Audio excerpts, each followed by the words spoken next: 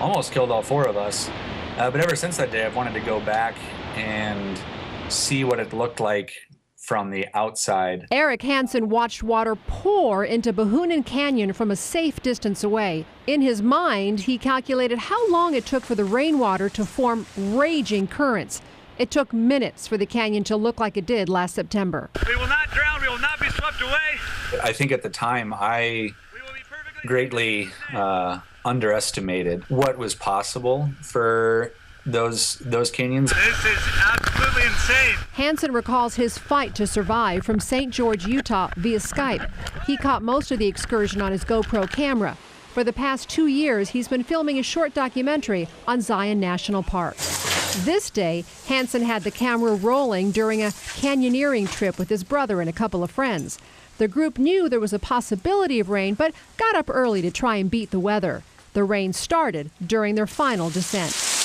Holy cow, here it comes. We just happened to be caught right at the spot where once it was happening, then we really didn't have any options on where we could go. There was no way back up, so Hansen and his group continued down into the canyon. When everyone had their feet on the ground, All right, let's just stay under the boulder. the four used the boulder as protection from the brunt of the current and the falling debris. Moving is too dangerous. They watched the water rush around them for an hour and a half. You need to move. When the current started to slow, the group moved. They used tree branches as makeshift bridges in order to reach dry land. It turns out that the water was going to be continuing to flow for about the next 8 to 10, 12 hours anyway. Hansen and his fellow canyoneers hiked out of the canyon and made it back to their car. That's it.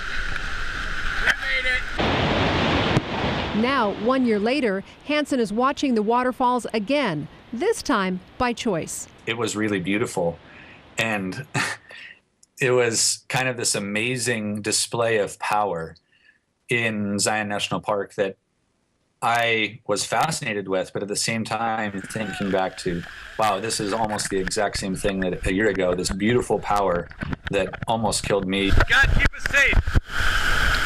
I pray a hedge of Mother Nature, very powerful. Eric Hansen says now when he goes climbing or canyoneering, he constantly is looking for escape routes if an emergency should hit. Hansen also recommends taking classes and outings with experienced hikers. By the way, you can catch that full-length version of Eric Hansen's videos on our webpage at 8newsnow.com.